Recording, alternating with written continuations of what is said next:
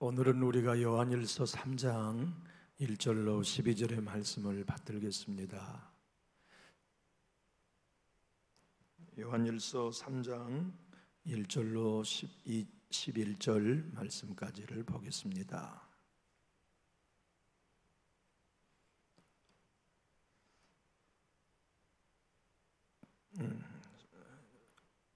제가 먼저 한 절을 받들겠습니다. 보라, 아버지께서 어떠한 사랑을 우리에게 베푸사 하나님의 자녀라 일컬음을 받게 하셨는가. 우리가 그러하도다. 그러므로 세상이 우리를 알지 못함은 그를 알지 못함이라.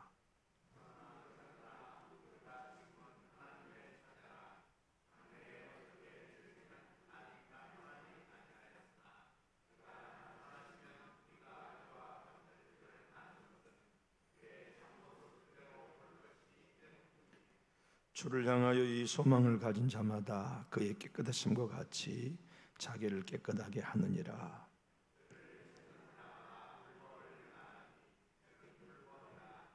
그가 우리 죄를 없애려고 나타나신 것을 너희가 아나니 그에게는 죄가 없느니라.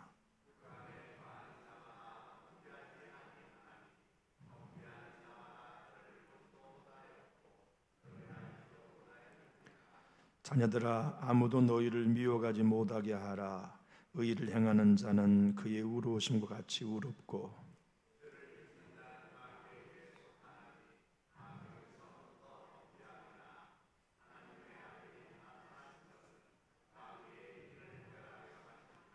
하나님께로부터 난 자마다 죄를 짓지 아니하나니 이는 하나님의 씨가 그의 속에 거함이요 그도 범죄하지 못하는 것은 하나님께로부터 났음이라.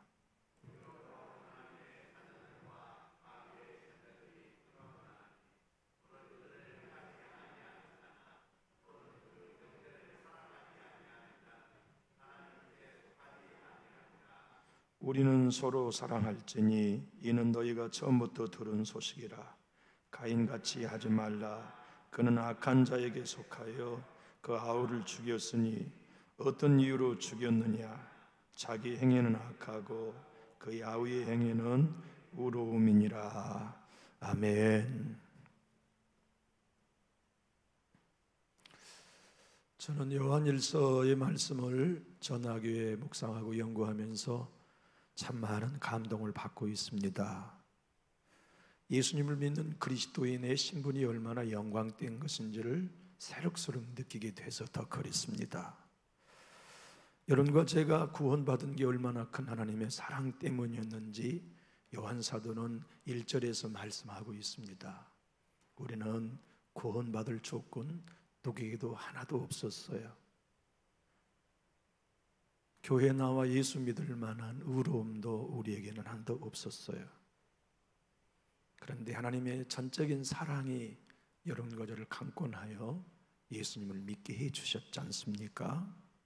자격 없는 자에게 베푸신 하나님의 큰 사랑. 허물로 죽어있던 여러분과 저를 살리신 것은 하나님의 사랑이었습니다. 저나 여러분이나 본래 하나님의 원수였어요.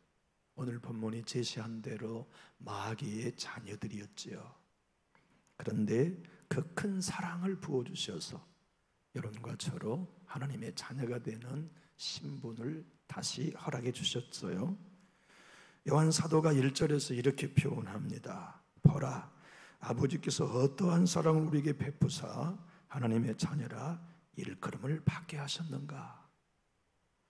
여러분, 저나 여러분이나 나 같은 죄인이 하나님의 자녀가 되었다는 그 큰 사랑을 알면 우리는 까무라치는 삶을 매일 사는 건 당연하겠지요. 내가 뭔데 이 큰 은혜를 받았단 말인가? 나 같은 죄인이 이 큰 사랑을 받을 어떤 이유가 있길래 이토록 나를 사랑하시는 거지? 그래서 구원받은 사실에 매일 까무러칠 만큼 감사할 거예요. 그 은혜가 고맙고 그 사랑이 감사하고, 그래서 아버지께 나올 때마다 늘 그분의 은혜에 찬양할 수밖에 없을 거예요. 요한 사도는 백발이 상상한 영감님이었을 것입니다. 틀림없이 90세가 넘은 노인이었을 것이기 때문에 그렇습니다. 그는 오늘 이 본문에서 우리 예수님을 그라고 하는 주격을 1절로 12절에 3번 사용하세요. 물론 목적격은 더 많이 사용하셨습니다. 반면에 주님이라고는 한 번 불렀고 우리 예수님을 하나님의 아들이라고 역시 한 번 불렀습니다. 그 분이 여러분과 저는 하나님의 자녀를 되게 하셨다는 하나님의 자녀의 표현 또한 여러분에 걸쳐서 우리에게 소개해 주고 있습니다. 요한 사도는 말합니다. 우리는 지금 아직 나타나지 않는 구원, 궁극적인 구원이 앞으로 남아있는 사람들입니다. 우리는 예수 그리스도가 이 땅에 오시면 예수 그리스도와 똑같아질 것입니다. 그러나 아직 우리에게는 나타나지 않았습니다. 그것이 분명히 마지막 날에 나타납니다. 그러므로 그 신분을 갖는 우리는 이 땅에 매일매일 예수님이 깨끗하신 것처럼 우리도 깨끗해야 합니다. 깨끗해지는 몸부림, 거룩해지고자 하는 애통, 손질해주고자 하는 우리의 삶의 호소, 이 모든 것들을 그리스도인에게 요구하고 계십니다. 제이시 라이라는 영교도의 청교도 목사님은 바로 이 본문이 하나님께서 그리스도인에게 요구하시는 성결이다, 이렇게 해석해 주고 있어요. 우리 예수님이 이 땅에 오셔서 하신 일이 오늘 본문은 2가지였다 하고 사도 요한은 말해요. 어디 예수님이 이 땅에 오신 목적이 2가지뿐이었겠습니까마는 주님이 이 땅에 오신 목적을 요한 사도는 3장 1절로 12절에 걸쳐서 2가지라고 말씀하세요. 하나는 모든 인생의 근본적인 문제에 죄를 없애러 오셨다. 2번째는 그 죄를 이용해 사탄이 하는 일을 멸하러 오셨다. 그렇게 2가지를 설명하세요. 오늘 본문의 말씀이 5절 우리 한번 읽어보실까요? 5절의 말씀은 이렇게 기록하고 있습니다. 그가 우리의 죄를 뭐하러 나타나셨다고요? 죄를 없애러 나타나신 것이 예수님이 이 땅에 오신 목적 중에 하나였습니다. 또한 8절이 이렇게 말씀합니다. 죄를 짓는 자는 마귀에게 속하나니 마귀는 처음부터 범죄함이라. 하나님의 아들이 나타나신 것은 마귀의 일을 멸하려 하심이라. 2가지 목적 때문에 예수님이 오셨다고 요한사도는 힘주어 말해요. 죄는 우리가 짓지 않을 수 있는 영역이 것이 아닙니다. 죄는 우리가 숨쉬는 현장에 언제나 살아 역사하여 우리로 마치 쇠 가루가 자석에 달라붙듯이 이 죽은 눈을 갖고 있는 우리들에게 언제나 죄에 달라붙게 만드는 능력이 죄에게 있어요. 그래서 우리는 정신 바짝 차려서 예수 앞에 의지하고 돌아서면 어느덧 죄에 물들인 우리 자신을 보게 됩니다. 죄 친화적인 우리의 생명, 죄와 결별하지 못한 우리의 생명들을 언제나 발견하게 돼요. 그럼에도 불구하고 예수님은 이 땅에 오셔서 죄를 없이 하셨다. 살아있는 죄를 내 주님이 없애시고 그 죄를 통해 활동하는 마귀의 일을 멸하셨다. 그것을 믿는 그리스도인들은 매일매일 예수님이 깨끗하시듯이 우리 자신도 깨끗하게 씻고 청소한다. 그 삶을 살아가는 이는 미혹하는 자의 미혹을 받지 않는다. 그는 마귀의 자녀와 하나님의 자녀의 삶을 자기 자신에게 정확하게 적용하고 살아간다. 오늘 본문의 말씀은 명함을 분명히 하고 계세요. 하나님의 자녀도 있고 마귀의 자녀도 있다, 이런 말씀이죠. 여러분, 성경은 세상 사람들에게 주어진 책이 아닙니다. 그러므로 성경의 이야기는 어느 것 하나도 세상 사람에게 적용되도록 기록되지 않았어요. 마틴 노이전스 목사는 말씀합니다. 성경은 불신자를 위한 책이 아닙니다. 그리스도인을 위한 책입니다. 그러므로 성경에서 말씀한 모든 명령은 그리스도인에게만 해당됩니다. 그러므로 그리스도인들 중에 사도 요한은 말합니다. 교회 내에 하나님의 자녀의 길을 걷는 이 있고 교회 내에 마귀의 자녀의 길을 걷는 이 있으니 너희는 미혹당하지 마라. 그 죄에 이끌리지 말고 마귀에 이끌리지 말아서 하나님의 자녀의 삶을 살아야 한다고 하시는 것을 강력히 권면하셨습니다. 여러분, 우리는 하나님의 자녀의 삶은 어떤 걸까? 마귀의 자녀의 삶은 어떤 걸까? 무당이면 마귀의 자녀일까? 예수 그리스도를 부인하고 세상의 죄악으로 살아가는 사람들이면 그 사람은 마귀의 자녀일까? 예수를 그리스도로 고백하며 살아가는 모든 그리스도인들은 하나님의 자녀의 위치에 있는가? 요한사도는 아니라고 말씀하십니다. 강력히 하시는 말씀은 그리스도인일지라도 형제를 사랑하지 않고 있다면 마귀의 자녀의 신분 안에 여전히 머물러 있다고 설명하셨습니다. 그러면서 요한사도는 힘을 주어 초대교회에 권면하셨고 우리에게도 권면하셨습니다. 하나님의 자녀들이 기억해야 될 일은 처음부터 들은 예수님의 음성이다. 우리가 처음부터 들은 예수님의 음성이 무엇입니까? 오늘 11절에 이렇게 말씀합니다. 서로 사랑하라. 여러분, 서로 사랑하는 사람은 덮어두고 믿을 수 있는 사람입니다. 그는 하나님의 자녀이거든요. 손해를 주는 사람, 아픔을 주는 사람, 비난하는 사람, 모함하는 사람, 변함없이 그를 사랑합니까? 그는 하나님의 자녀가 분명합니다. 사도 요한께서 우리는 처음부터 들었던 하나님의 말씀 가지고 승리할 수 있습니다. 처음부터 들었던 말씀이 무엇입니까? 우리 예수님이 요한복음 13장 34절에 말씀하신 것처럼 내가 너에게 새 계명을 주노니 서로 사랑하라. 그들이 처음 들었던 서로 사랑하라 하신 하나님의 자녀의 삶의 원리는 예수님께 들었어요. 우리 예수님이 그들에게 최초로 말씀하셨어요. 새 계명을 내게 준다. 새 계명은 서로 사랑하는 거다. 여러분, 서로 사랑할 수 있는 것을 볼 수 있는 곳, 그것은 교회입니다. 교회 말고 이 세상 어디에 서로 사랑할 수 있는 사람들이 모일 수 있을까요?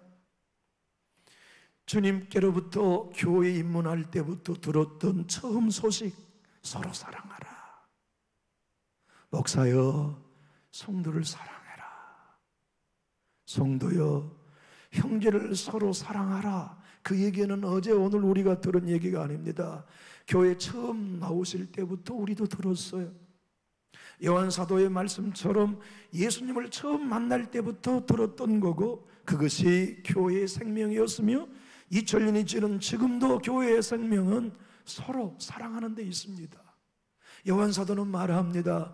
서로 사랑하지 않고 서로 미워하면 더럽혀지는 것이다. 더럽혀지면 마귀가 일한다. 더럽혀지는 공동체를 통하여 마귀가 하나님의 영광을 드러내지 못하는 일을 하는 것이기 때문에 교회가 언제나 들어야 할 말씀은 처음부터 들었던 예수님의 음성, 새 계명을 너희에게 주노니 서로 사랑하라. 그 음성 듣고 실제로 살아내는 게 하나님의 자녀의 삶이다. 생각해봐라. 우리가 뭔데 그 엄청난 사랑을 받았는고? 우리가 무엇인데 아직 나타나지 않았지만 예수님이 재림하실 때 우리도 변화되어 예수님과 똑같은 신분이 된다는 거, 이게 왜 은혜인가? 그 은혜를 우리가 받았고 그 영광을 누릴 사람들이라면 지금 우리를 매일 깨끗하게 해야 되는 게 마땅하지 않는가? 그 놀라운 사랑을 갖는 우리가 1만 달란트 빚을 탕감받았으니 나에게 실수한 교회 형제자매 중에 100달러원 실수하는 사람을 탕감하고 용서하는 게 당연한 게 아닌가 하는 주님의 재해석의 가르침을 요한 사도가 하고 있습니다. 여러분, 우리는 인생을 살면서 하나님께 받은 사랑 부모님께도 못 받았습니다. 부모님이 우리에게 모든 걸 내놓은 건 사실이지만 우리의 죄를 위해 부모의 생명을 내주시지는 못했어요. 우리를 구원하기 위해 부모의 생명을 대신 내주지는 못하셨어요. 그런데 하나님은 그렇게 하셨습니다. 당신의 아들의 생명을 우리의 죄의 값으로 내주셨어요. 그리고 죄인인 우리를 아들과 바꿔치게 하셔서 아들에게는 십자가의 죄로 삼아 죽이시고 그를 믿는 우리들에게는 의로 삼아 양자 삼아 주시는 이 놀라운 하나님의 사랑을 우리가 하나님 외에는 받아본 적이 없어요. 그 하나님은 사랑으로 우리에게 오셨습니다. 사랑하는 공동체를 되도록 교회에 저와 여러분을 지체 삼아 주셨어요. 그 놀라운 사랑을 받는 사람은 마침내 이 놀라운 사랑과 함께 예수님이 재림하실 때 예수님처럼 될 것을 믿는다면, 그것이 우리의 진정한 신분이라는 걸 믿는다면 마귀의 일을 따라가지 마시오. 마귀의 일이 무엇입니까? 자기를 더럽히는 일입니다. 자기를 더럽히는 일이 무엇입니까? 교회 내 형제를 용서하지 않고 여전히 미워하는 것이라고 설명해 줍니다. 여러분은 이 교회에 미워한 사람 있습니까? 없습니까? 여러분은 주차장에서 차를 세우고 버스에서 내릴 때 누구를 만나도 불편하지 않으십니까? 불편한 사람이 있습니까? 예배당의 맨 뒤에 앉아 내 마음에 불편한 사람의 뒤통수가 교회에 있습니까? 전혀 불편한 뒤통수가 없을 만큼 사랑하며 용납하며 신앙하고 있습니까? 만약 우리가 불편한 사람이 있다면 우리 스스로 하나님의 자녀의 길을 걷고 있지 않다는 걸 스스로에게 증명해 내는 것입니다.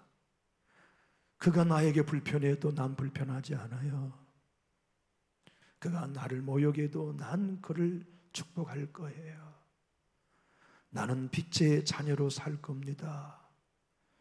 나 같은 것이 무엇인데 놀라운 은혜를 베풀어 주셔서 구원받게 하셨는데 1만 달란트 빚을 탕감받는 은혜 입은 자인데 내 부모 죽인 것도 아니고 내 형제 죽인 것도 아니고 내 돈 1억 떼먹은 것도 아니고 내 뺨 때린 것도 아닌데 내 교우 용서 못할 일이 뭐 있겠습니까? 나는 백단으려 나에게 실수한 형제 자매 용서할래요. 그렇게 살아가는 이가 하나님의 자녀다. 그렇게 살아가는 자가 마귀의 일을 따라가지 않는 진짜 예수의 사람이다 말씀하세요. 오늘 9절로 10절 한번 읽어볼까요? 하나님께로부터 난 자마다 죄를 짓지 아니하나니 이는 하나님의 씨가 그 속에 거함이요 그도 범죄하지 못하는 것은 하나님께로부터 났음이라. 이러므로 하나님의 자녀들과 마귀의 자녀들이 드러나느니 무릇 의를 행하지 아니한 자나 또는 그 형제를 사랑하지 아니하는 자는 하나님께 속하지 아니하느니라. 요한일서의 말씀은 어렵지 않습니다. 철학적이지 않습니다. 형이상학적이지 않습니다. 단도직입적입니다. 그대가 교회 내 형제를 사랑하고 있는가? 그러면 당신은 하나님의 자녀입니다. 당신은 매일 깨끗해지고 있습니다. 당신은 마귀의 일에 동참하고 있지 않습니다. 당신은 죄에 물들어 있지 않습니다.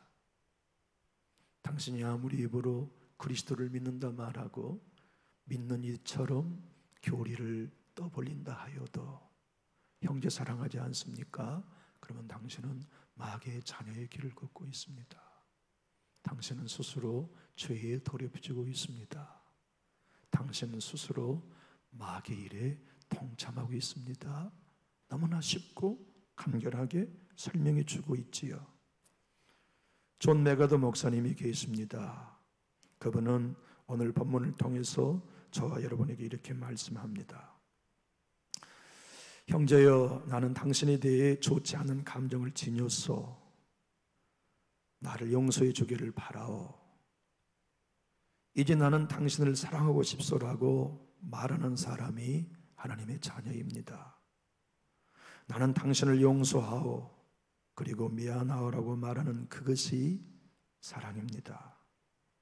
그리스도의 사랑은 자신을 세우기 위해 다른 사람을 비판하지 않습니다. 그것은 요구되는 것이 무엇이든지 간에 그것을 중요하지 않고 사랑하는 그 사랑을 실천합니다. 우리의 연합과 하나됨은 우리의 겸손과 사랑에 의해 세워질 수도 있고 쓰러질 수도 있습니다. 그리스도의 몸이 건강하게 되기 위해 당신이 속으로 좋지 않게 생각했던 어떤 신자를 사랑해야 한다면 당신은 회개하고 그것을 하나님께 고백하고 그 다음에 그 신자에게 가서 화해해야 합니다. 그렇게 사는 사람이 자기를 깨끗하게 하는 사람. 그렇게 사는 사람이 마귀의 일을 멸하신 예수님의 일에 동참하는 거예요. 그렇게 살아가는 사람이 매일매일 예수와 함께 은혜에 속한 길을 걸어가는 사람이지요. 8절의 말씀은 요한 사도가 힘주어 표현했어요. 죄를 짓는 자는 마귀에게 속하나니 마귀는 처음부터 범죄함이라. 하나님의 아들이 나타나신 것은 마귀의 일을 멸하려 하심이라. 여러분, 우리의 삶 속에 마귀, 사탄, 어둠의 영, 이 원수의 사역이 얼마나 집요한지를 눈뜨면 우리는 예수님께 날마다 도망가지 않을 수 없어요. 왜 하나님의 은혜가 우리에게 필요합니까?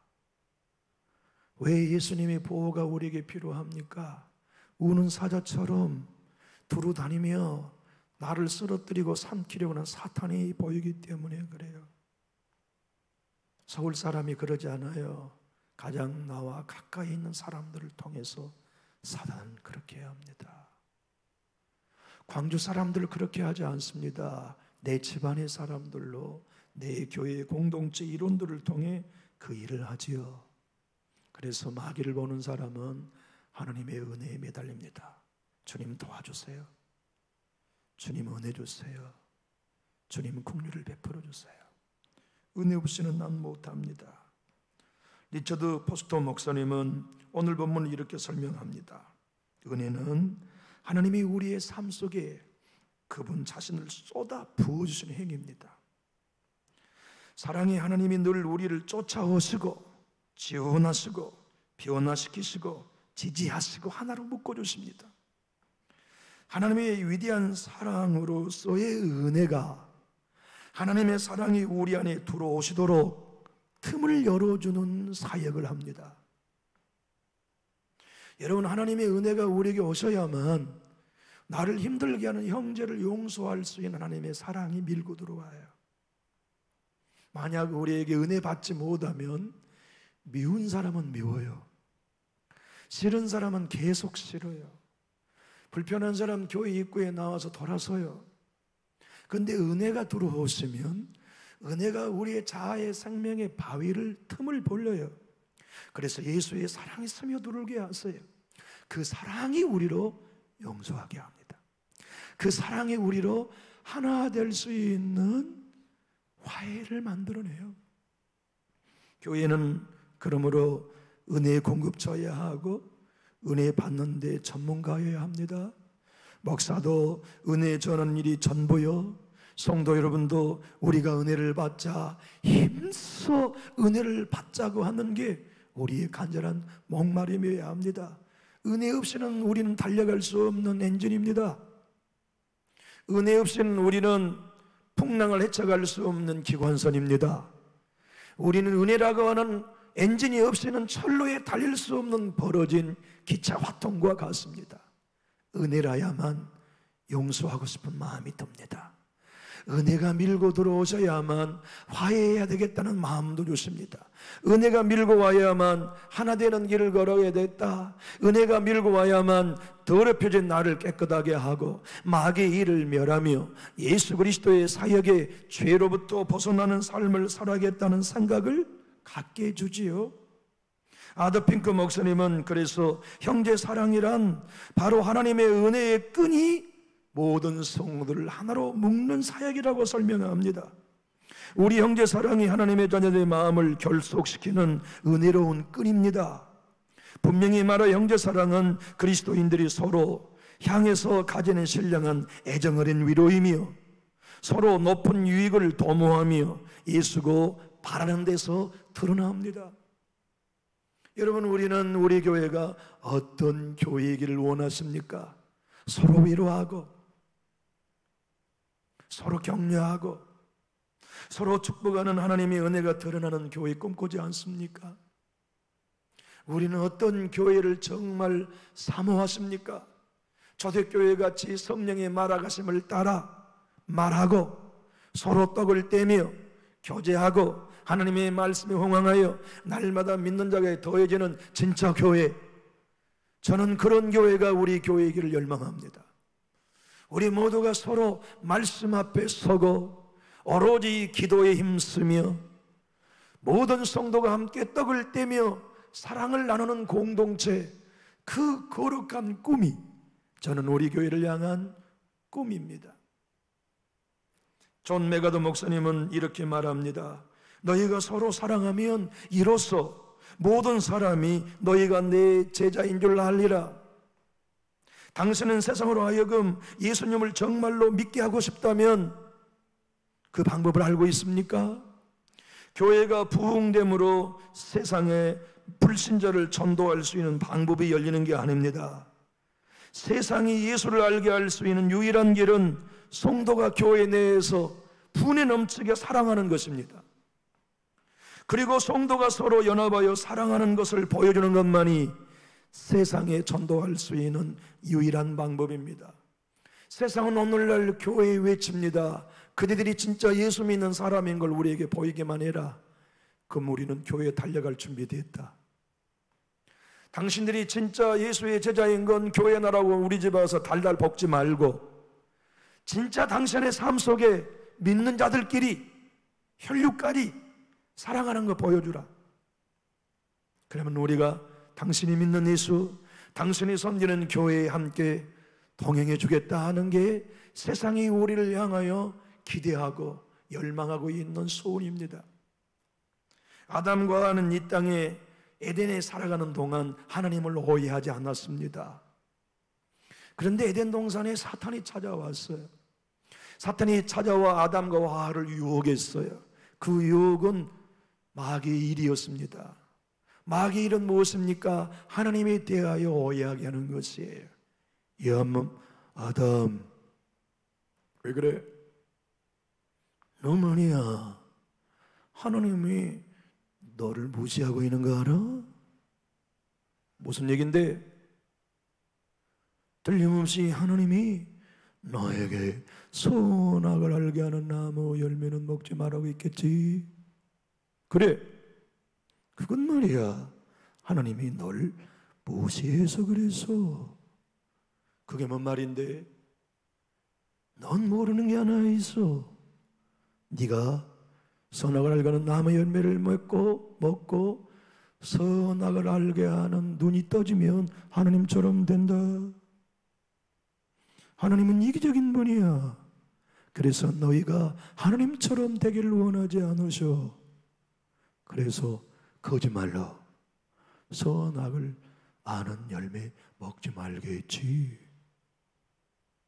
넌 네 권리를 찾아야 돼. 내가 무슨 권리를 찾아야 돼? 넌 모르는 게 있어. 넌 지금 하나님의 소유야. 넌 하나님께 독립선언을 해야 돼. 내 생명, 내 권리를 침범하시오. 나는 당신으로부터 독립해야겠어. 그렇게 하기 위해서 너 선악과 먹어. 그래서 먹은 거예요. 오늘 야흔 사도가 마귀의 일이란 바로 그것입니다. 예수님이 이 땅에 오신 것은 마귀가 하는 거짓말, 오늘도 끊임없이 여러분과 저에게 마귀는 자기 일을 합니다. 그 일이 무엇입니까? 당신 집안에 불행한 일이 생겼지? 하나님이 당신의 집을 사랑하지 않기 때문이라는 마귀의 일, 거짓말을 계속 우리에게 해줍니다.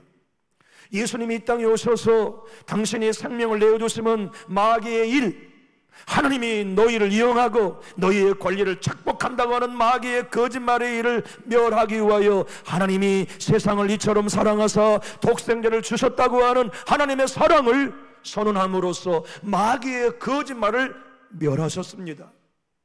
저 사람이 나에게 상처를 주었기 때문에 나도 공격할 수밖에 없습니다. 합리적인 얘기 같지만 사실은 거짓말입니다. 마귀가 하는 거짓말입니다. 우리는 상처받는 게 상대의 말이나 공격 때문이 아니라 상처받기 쉬운 우리의 자아의 생명을 갖고 있기 때문에 상처받는다는 걸 몰라요. 우리 예수님은 우리보다 많은 욕을 잡수셨습니다. 그래도 상처 안 받으셨어요. 왜냐하면 상처 안 받는 생명을 가지셨기 때문입니다. 사도 바울은 50년 동안 동족에게 미움받고 핍박당했습니다. 그럼에도 불구하고 내가 그리스도에게 끊어져 저주를 받을지라도 내 형제들이 구원받기 원하는 사랑을 가질 수 있었던 건 자아의 생명, 상처받는 생명을 갖지 않았기 때문이에요. 죽였기 때문에, 날마다 십자가에 못 박았기 때문에, 그리고 그들이 가졌던 생명은 예수의 생명이었습니다. 형제가 오늘 찬양을 불렀던 주었던 바로 그대로 신비, 죽으면서 하는 신비, 지면 이기는 신비, 예수의 생명, 내 생명을 미워하여 십자가에 못 박으면 부활하여 얻는 생명, 신비, 내 생명을 미워하여 버리면 미랄처럼 썩어짐으로 없어지는 게 아니라 더 많은 열매를 맺는 신비. 그 신비는 미움받을 때 상처받지 않고 도리어 축복하며 용서함으로써 무슨 일을 하느냐? 그것이 마귀를 멸한 예수의 사역에 동참한 하나님의 자녀다 표현하고 계십니다. 여러분, 우리가 교회에 앉아서 오늘 예배를 마치고 1시간 동안 침을 튀기며 예수의 이름으로 더러운 귀신이 떠나가라, 그래서 귀신이 이길 수 있는 게 아닙니다. 진짜 이해관계가 있을 때 용서하느냐, 거기서 결정되는 것입니다. 진짜 우리를 불편한 사람 축복하느냐, 거기서 우리는 마귀 이기는 것이에요. 마귀의 일은 다시 표현합니다. 항상 우리들로 말미암아 하나님의 사랑을 의심하게 만드는 거짓말, 네 자신이 독립해야 돼, 네 권리를 찾으라고 하는 이 사단의 거짓말로 아담이 무너졌고 오늘도 교회에는 아파합니다. 이번에는 내가 안 참겠어, 이번에는 내가 절대로 가만히 내버려두지 않겠어, 내 권리를 찾아야겠어 하는 순간 우리는 마귀의 일에 동참해버립니다. 그렇게 하도록 마귀는 부채질하는 겁니다. 예수님이 이 땅에 오셔서 마귀의 일을 멸하시는 것은 바로 그렇게 올라오는 자아를 십자가에 나와 함께 못 박아라, 그래야 죄를 없이 하며, 그래야 너를 깨끗하게 하고, 그래야 처음부터 내게 들었던 세 계명, 서로 사랑하라 하시는 나의 말씀이 너의 삶이 된다고 주님이 일러주십니다. 사랑하는 교회 여러분, 사단은 끊임없이 오늘도 우리에게 자기 일을 합니다. 박 목사, 그대의 권리를 찾아.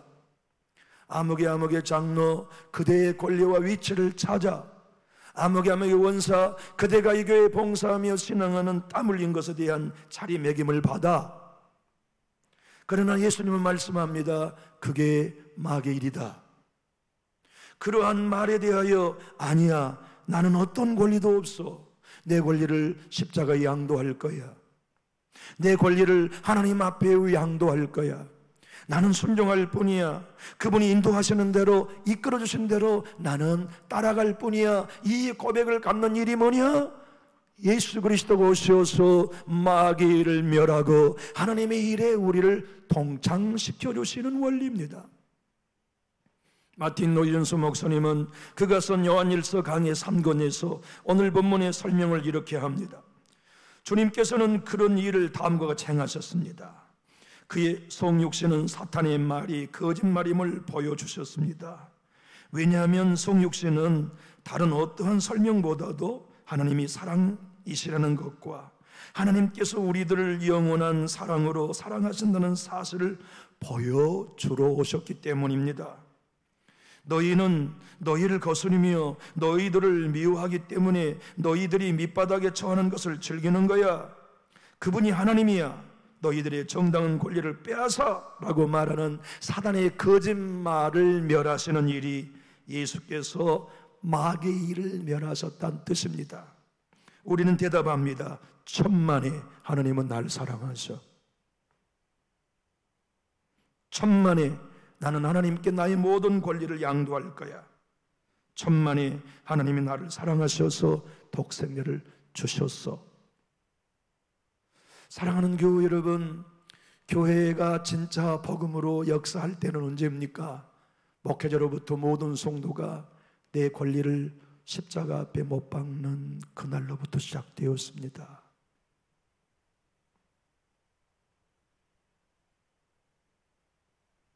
평양 장대형교회 부흥이 바로 그렇게 시작되었고, 이 땅의 교회가 행복했던 시절은 언제나 담임 목사로부터 장로님들로부터 온 성도가 내 권리는 없습니다, 이 교회의 내 권리는 죽는 권리밖에 없습니다. 십자가에 못 박는 것 외에는 내 권리 없습니다. 그리고 우리 주님이 날 통해 일하시는 것, 그걸 보는 것만이 나의 의무입니다. 이렇게 고백된 공동체일 때 주님은 부흥을 주셨고 행복을 주셨으며 하나됨을 주셨습니다. 여러분, 오늘 본문 9절을 다 같이 한번 읽어보실까요? 9절의 말씀을 한번 읽어보시면, 그동안 여러분이 예수님을 믿어오시면서 이 9절 때문에 늘 혼돈하셨을 거라고 스스로 고백하실 수 있을 거예요. 우리 한번 9절 읽어볼까요? 시작. 하나님께로부터 난 자마다 죄를 짓지 아니하나니 이는 하나님의 씨가 그의 속에 거하며 그대 범죄하지 못하는 것은 하나님께로부터 났음이라. 사단은 이렇게 말해요. 너 죄 짓지? 왜 알아? 어떻게 알아? 다 봤어. 성경이 뭐라고 했냐? 요한 1서 3장 9절에 하나님께로부터 난 자마다 죄를 짓지 아니한다고 했지. 너 죄 졌잖아.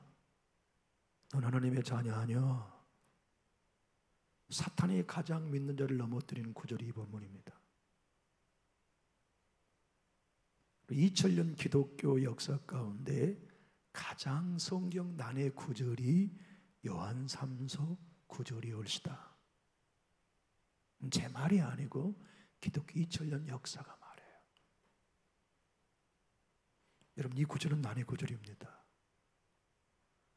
이 세상에, 아니 여기 여러분과 저 중에 예수 믿은 다음에 죄 안 지었나요?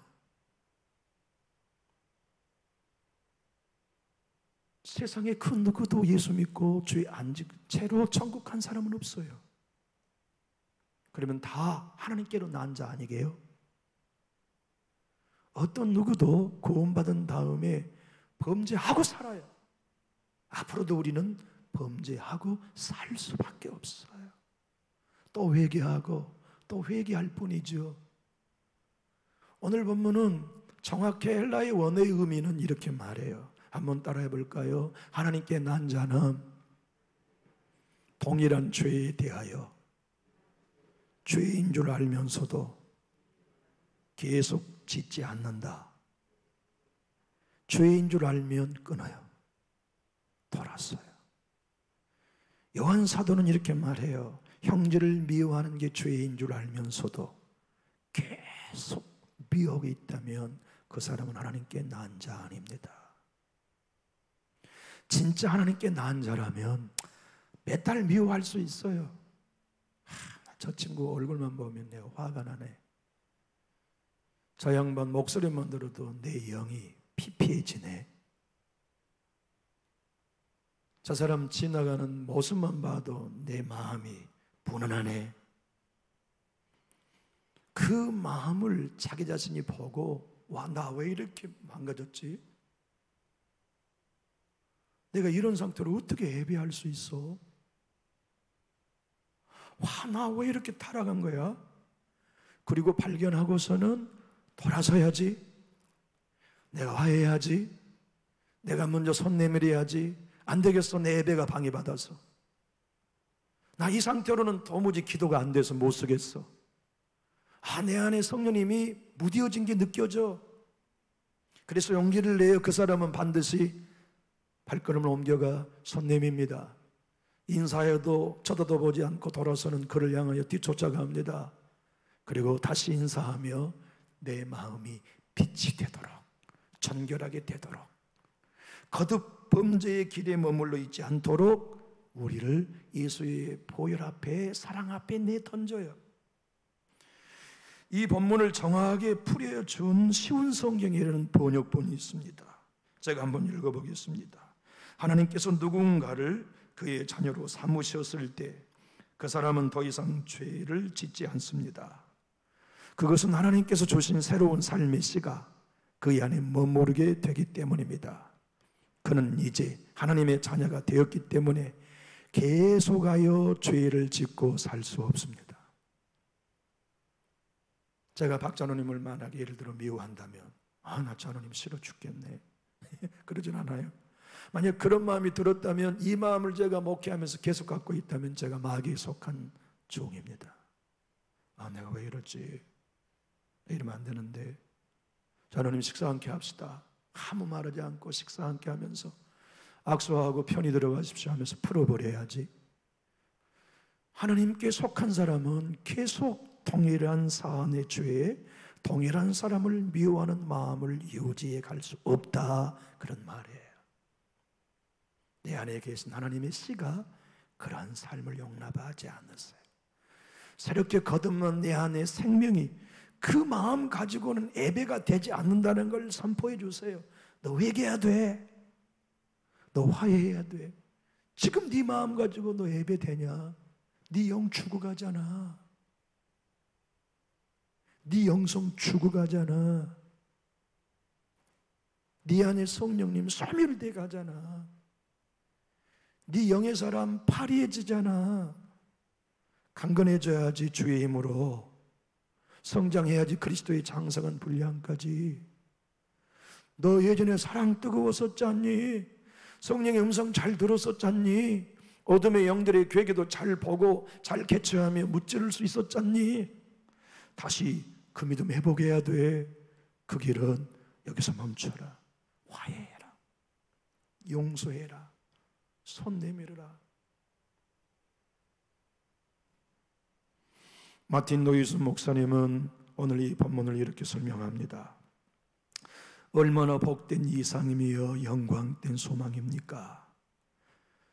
저같이 보잘것없고 실수투성이면서 죄악되고 무가치한 자가 많은 형제 중에서 맏아들이신 그분과 같이 될 것이라는 사실과 그분의 놀라운 영광을 대하는데 불편함이 없는 자로 변화될 수 있다니 말입니다. 성도 여러분, 우리는 이 소망을 움켜잡읍시다. 이 같은 소망을 바라봅시다. 이러한 소망을 매일 같이 묵상하며 우리 지냅시다. 여러분과 저는 마귀에 속한 사람 아니잖아요. 지금은 아직 우리가 구원받은 게 얼마나 놀라운 거 나타나지 않았어요. 내 주님 재림하실 때 나타난다고 오늘 본문 1절 2절은 말씀합니다. 우리는 하나님 아들과 같이 될 사람들이에요. 그러니 우리를 깨끗게 해야 할 사람들입니다. 그러니 마귀의 일, 거짓말하는 일에 우리 따라가지 말고 하나님의 자녀의 길을 쫓아 걸어가면서 은혜가 끊임없이 내 차로 굳어져 있는 마음을 벌려 아버지의 사랑이 들어오시도록, 주의 눈물이 밀고 들어오시도록, 주의 성령이 밀고 들어오셔서 우리를 사용하여 끌어가는 엔진이 되도록 그분께 우리 자신을 십자가에 못 박는 일이 그리스도인의 길이라고 말씀하세요. 이초도 목사님이 마지막 우리들에게 이렇게 도전합니다. 은혜는 하나님과 인간의 상호작용을 일으켜 영적인 영성을 낳게 해줍니다. 그러므로 우리 혼자 행동하려 하면 은혜를 받을 수 없습니다. 물론 우리 혼자 살 수 있는 일도 많이 있지만 금이나 은이나 보석이 있는데 왜 굳이 힘들게 집이나 나무나 풀 같은 것을 가지고 집을 지으려 고생합니까? 여러분의 인생이 불멸의 보물을 가지고 무용하고 무가치한 삶에 살아갈 필요가 없습니다. 그 앞에 있는 하나님의 은혜가 어마어마한 보물인데 여러분 한번 따라해 보실까요? 은혜를 가지고 살아가십시오. 큰 소리로 한번 따라해 볼까요? 은혜를 가지고 살아가십시오. 여러분, 우리가 억지로 하는 신앙은 집입니다. 사랑하지 않고 미워하는 채로 신앙하는 건 나무나 풀로 집 짓고 있는 것입니다. 내 주님 마지막 날에 재림하셔서 우리 각자가 지은 집을 불태워 보신다고 하셨습니다. 리처드 포스터는 말합니다. 왜 타버릴 것 가지고 집 짓습니까? 미워하면서, 사랑하면서, 용서하면서, 금같이 보석 같은 것들로 타지 않는 집을 지으십시오. 당신 앞에 그걸 할 수 있는 은혜가 있습니다.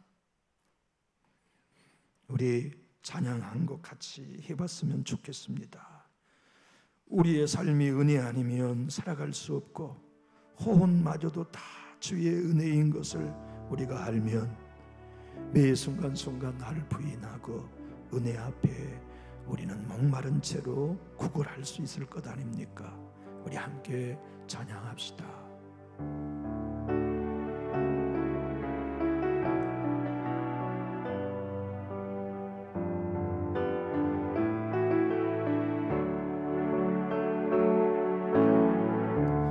은혜 아니면 살아갈 수가 없네. 혼마저도 다 주의 것이니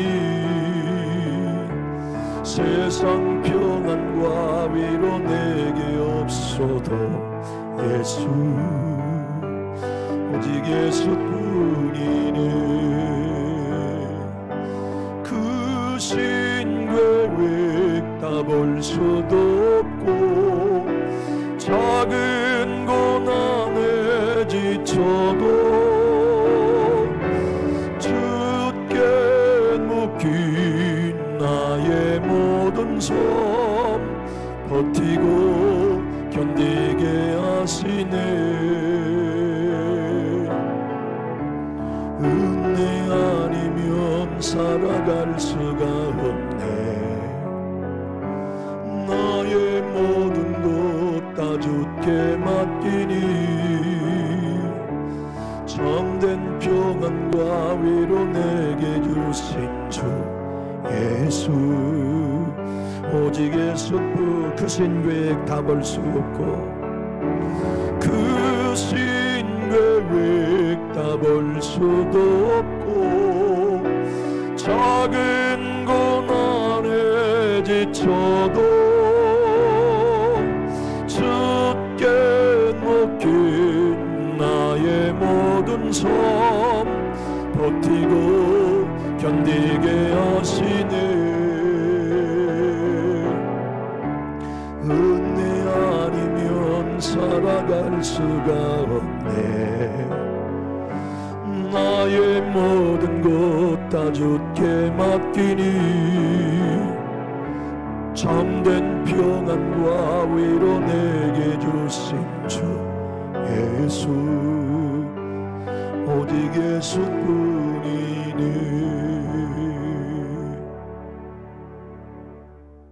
사랑하고 존중하는 교우 여러분, 우리의 남은 여생 매일매일 우리 스스로에게 증명하고 삽시다. 나는 하나님의 자녀야. 나는 빛의 자녀야. 그러므로 나는 용서할 거야. 형제를 미워하는 길에 머물러 있지 않을 거야. 제가 담임 목사로서 삶으로 교회에 증명해내야 할 부분입니다. 저분은 진짜 하나님의 사람이야. 그것은 어디서 증명될까요? 이해 관계가 있을 때 담임 목사가 여전히 그분을 용서하고 다가서는 곳으로만 제가 참 목자인 걸 여러분에게 증명할 수 있습니다. 사랑하는 교회 여러분, 우리 십자가 묵상하고 삽시다.